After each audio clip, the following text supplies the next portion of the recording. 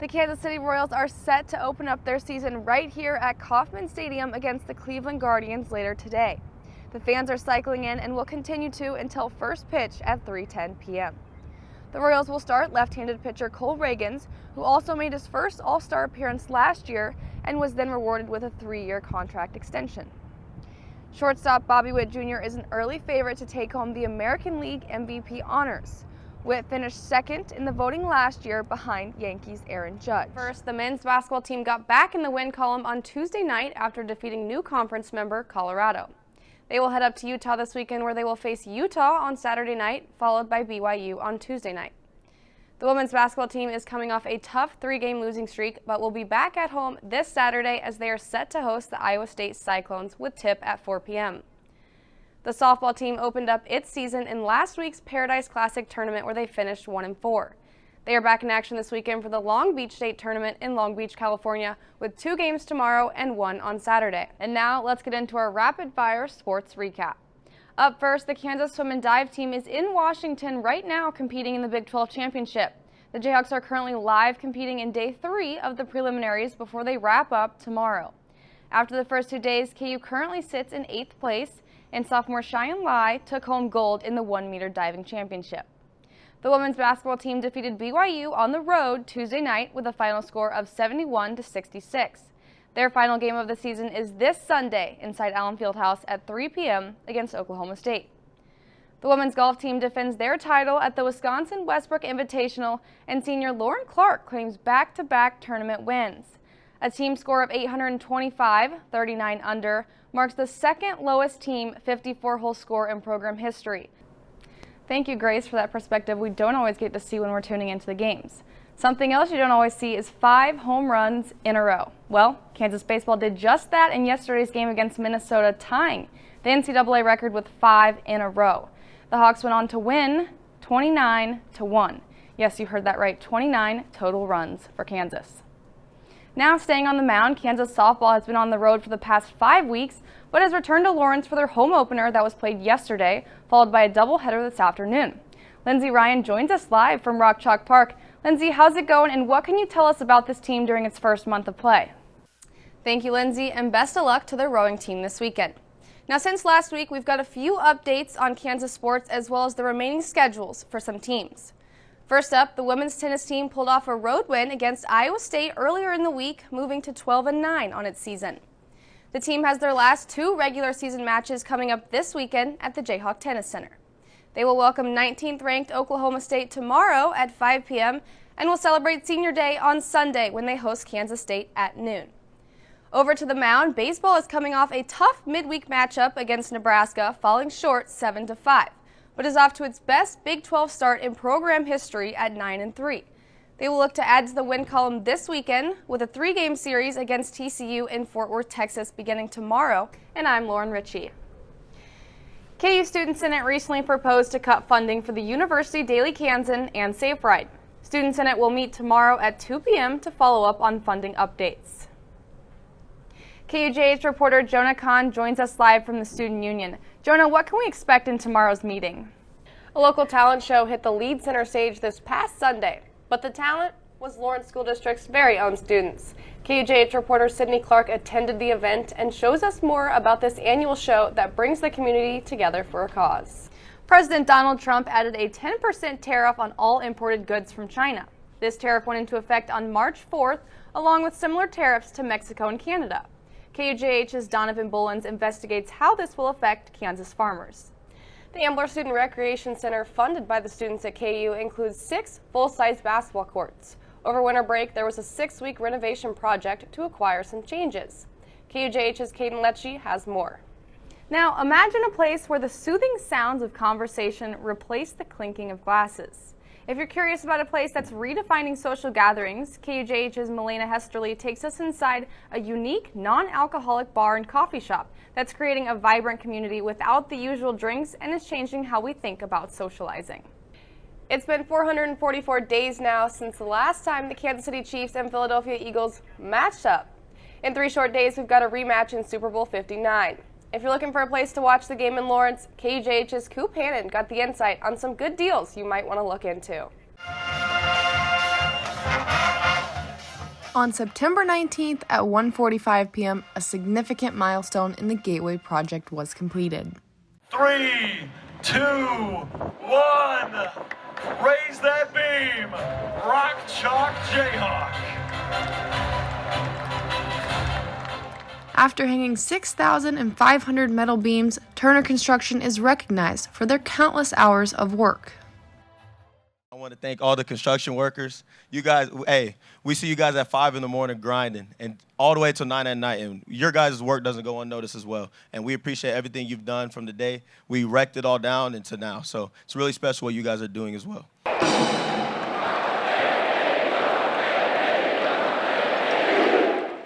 The #1 Kansas Jayhawks opened up their season against Howard in the second annual McClendon Classic.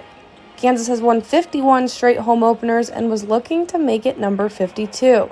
Meanwhile, Howard was looking to kick off their season, but mostly for its guaranteed money they will receive from Kansas. Senior transfer Zeke Mayo stunned the crowd, going 5 for 8 from 3 and leading the team in scoring with 19. Mayo sets a personal shooting percentage goal along with Coach Self, who believes this is what his role will be for the team. Keep it, close to 40, hopefully. I think that's a good percentage for a regular shooter. I mean, I think I'm coming here to be able to shoot the ball. He's a good shooter. I think he's reluctant to shoot sometimes, but I thought tonight and the other game, he was more aggressive shooting the ball. I like it. Kansas was able to secure its 42nd straight senior night win last Saturday after defeating Arizona 83-76. 90% of the team's scoring came out of KU's 4 senior starters, Hunter Dickinson, Zeke Mayo, DeJuan Harris, and KJ Adams. Coach Self was pleased with those guys and the team's performance. Yeah, they played great. They played great. That was about as well as I can remember seniors playing on senior night. This game meant a little more for the 7 players celebrating their final game inside Allen Fieldhouse, from tears to laughter and every emotion in between. The players were feeling all the love because for everyone's first, it's someone else's last. For KUJH Sports, I'm Lauren Richey. Welcome back to the T-Mobile Center, but this time it's the men's Big 12 tournament, and we've got the second round on our hands with the 14th-seeded UCF going up against 6th-seeded Kansas Jayhawks for a spot in tomorrow's quarterfinal game against Arizona. Some late-night hoops coming at you soon, but stay right here on KUJH News for all the updates. Kansas got off to an early 8-0 lead, all 8 of which came from Zeke Mayo, who has 11 points at the half. Kansas has the lead over UCF 40-37 with 20 minutes left to play and a spot in tomorrow's quarterfinal game. I'll see you after the game. I'm here on the floor following tonight's second round matchup between UCF and Kansas. A final score after overtime of 98-94 sends Kansas to the quarterfinals tomorrow night against Arizona, who they just played in their last regular season game on Saturday, ending in a Kansas win. Can they do it again? We'll see tomorrow at 8:30 p.m. right here. See you all then. Happy quarterfinals. We've got Kansas and Arizona coming your way soon and a spot in tomorrow's semifinal game against Texas Tech on the line. The last time these two teams met up was on Saturday in the last regular season game, which Kansas walked away victorious. For Kansas in that game, almost 90% of the team's scoring came from their 4 senior starters. We'll see if yesterday's bench productivity carries over into today's game. Also something to note is guards Shaquille Moore behind me is warming up for the Jayhawks right now. I'll see you guys at halftime. We've got a game of free throws and 3-pointers here during the first half. Arizona came out with the hot hand and had its largest lead of 12, but Kansas closed the gap, and it's an 8-point game here at halftime.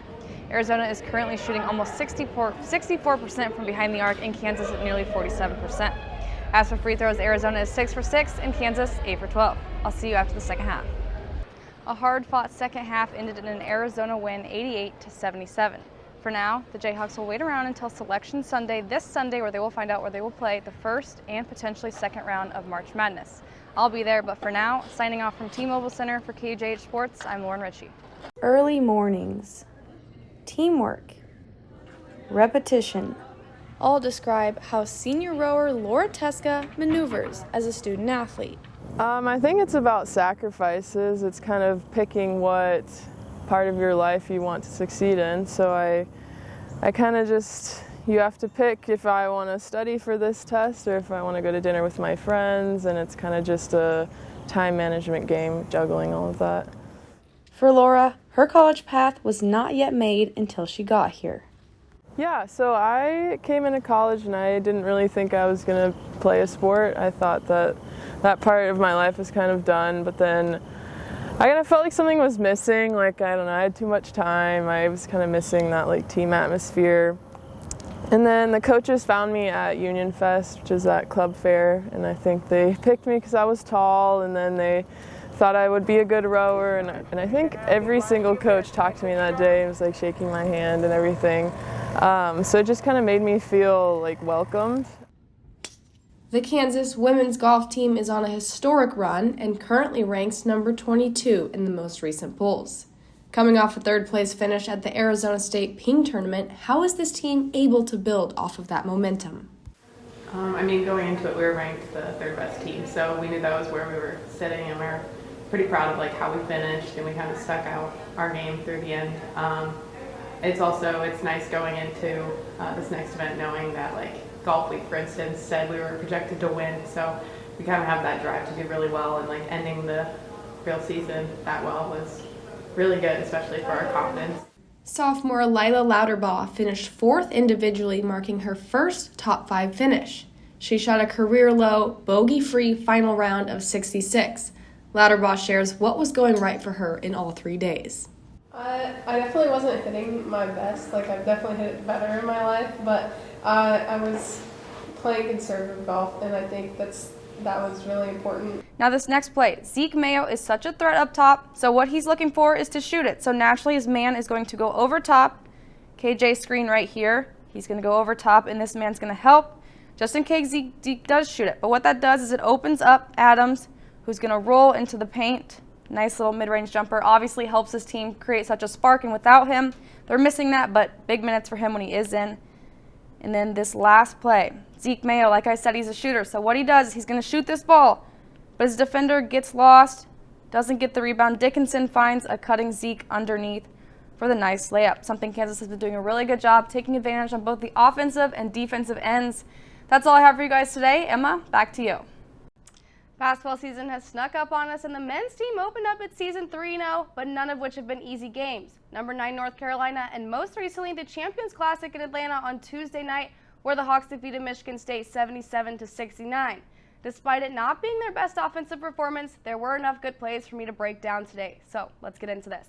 First up, we see here Zeke Mayo is going to take the ball from a Hunter Dickinson handoff. Now Zeke Mayo is such a threat this year because he's playing point guard alongside Dwan Harris, also one of the best shooters on the team this year. So when Hunter Dickinson sets up with the screen, the defender goes over the top because you know Zeke's a threat when he wants to shoot it. What that does though, you'll see Zeke's defender goes over the top, goes to him, chases him, and then Hunter's man goes down and tries to stop Zeke from going up for the layup, which leaves Hunter Dickinson wide open. Not to mention he has reached his 50th career double-double. Hunter Dickinson finishing this game with another double-double to add. So you'll see right there, wide open, great start for the Hawks. Now this next play, Harris is so good at driving and getting to the rim and finishing, but he's also one of the most unselfish players. Not to mention he is now third all-time assist in KU basketball history as he adds another one in this play. So once he goes up, you'll see the lane is crowded from all the defenders, which leaves someone open, and AJ Storr in this instance gets the 3 ball, knocks it down, good for this guy to get started. There's all the defenders in the lane, leaves AJ wide open for the 3. First of all, thanks for being here and welcome. Thank you. Let's start just the fact that you grew up just a couple miles from Lawrence. What's it mean to be able to come back here to kind of your home roots? You know, it's really amazing. I'm so grateful that I have the opportunity to play for Kansas. All my family always comes to my games, and it's just surreal to me, honestly. Yeah, so let's talk a little bit about Wisconsin. You started there your first 2 years, so kind of in the Big Ten, and now you're in the Big 12. In your perspective, what have you seen the difference between those two conferences? Yeah, I would say that the Big 12 is definitely more like physical, more intense. Both conferences have really good teams, but just every game is a battle for us in the Big 12. And then, obviously, speaking of families, you and Samaya Nichols go way back. You guys were AAU teammates, you know. Talk about your guys' relationship both on the court, just like as teammates, and then I know you guys are roommates too, just the relationship you guys have. You know, we just have a chemistry together. Like, we just know where each other are all the time, on the court, off the court, honestly. Being her teammate, her roommate is something that we've always wanted when we were younger, and it just means so much to be able to play with her again. Yeah, now speaking of little Johnny, staying local, Johnny Furphy, KU basketball player who went in the second round. Like, imagine if he would have stayed here at KU for more than 1 year. Bill Self is someone who, as a freshman, you will not see playing time on the court. Now, lucky for him, the roster was dwindled in injuries, and he was able to see time on the court.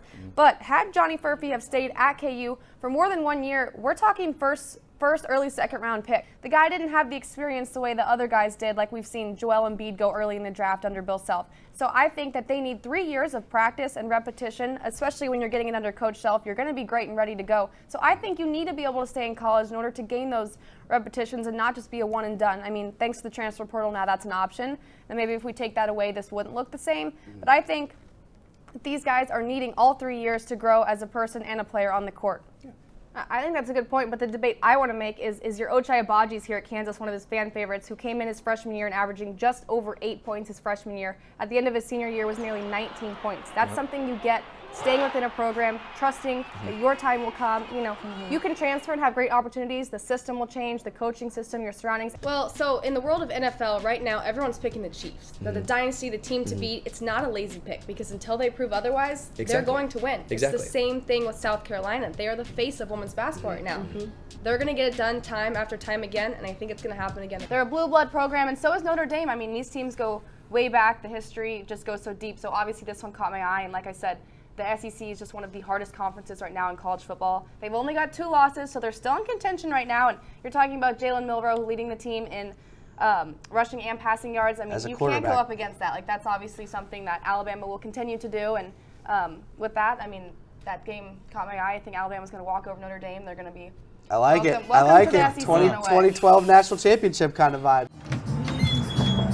Behind these doors is the North Pole, brought to Lawrence, Kansas. You may have been inside 23rd Street Brewery, but let me be the first to introduce you inside the winter wonderland I stand here in front of. From lights, trees, snow globes, Santa, and even some holiday mixed drinks, this place has you covered for the holiday season. But what you see in your few-hour visit is nowhere near how long the setup process took. Oh God, several hundred hours, because there were probably about 10 different people that worked on it, I'm thinking. With multiple stores across downtown Lawrence decorating for Christmas, Matt loves theirs because of how dramatic our ceiling is, and because our physical structure is just so. the Sertoma Club of Lawrence and the Lawrence Board of Realtors Community Foundation are collaborating to bring a holiday light show to Lawrence and Douglas County. You've heard the lyrics, making spirits bright, but what's really making spirits bright this season are the Lawrence lights. The holiday season is all about putting smiles on people's faces. This lighted drive-through tour features synchronized lights and lighted displays filling people up with cheer. It's just the beginning for this tradition, and the best is still to come. The first year was really successful, and then so we, each year we add more displays, and now we're in our 4th year, and the entire display is bigger and better. Behind these doors is the North Pole, brought to Lawrence, Kansas. You may have been inside 23rd Street Brewery, but let me be the first to introduce you inside the winter wonderland I stand here in front of. From lights, trees, snow globes, Santa, and even some holiday mixed drinks, this place has you covered for the holiday season. But what you see in your few-hour visit is nowhere near how long the setup process took. Oh God, several hundred hours, because there were probably about 10 different people that worked on it, I'm thinking.